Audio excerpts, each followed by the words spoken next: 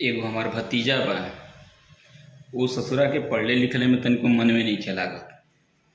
जब देखो तब टिक टिक टिक टिक टिक टिक टिक टिक खाली मोबाइल चलावता आ फोने से बतियावता। ओकर महतारी समझावत समझावत थक गई बिया, मनते नहीं खे, कुछ सुनते नहीं खे। जब फोन आवता फोन लेके लगाता भागे, ये कोने हो कोने हो कोने। हम एक दिन देखनी, हम कहीं सुनबे नहीं आइबे तो कहता का हो। हम कहीं केकर फोन आवला रे कि ते लेके एनिए ओनिए भागे ले। तो कहता केहू के तो नहीं है, कमलेशवा के तो फोन रहल हो।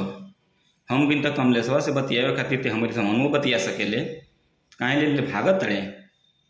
तो कहता कि तो हमो कौन चीज बतियाई। हम कहीं तो कौन बात कमलेशवा से कि ते हमारे सामने ना बतिया सकेले। और दिमाग खराब हो गया का ढेर। सरूप नहीं तो कितना मार मारो न कि सगरे नशा पर भुला जाई।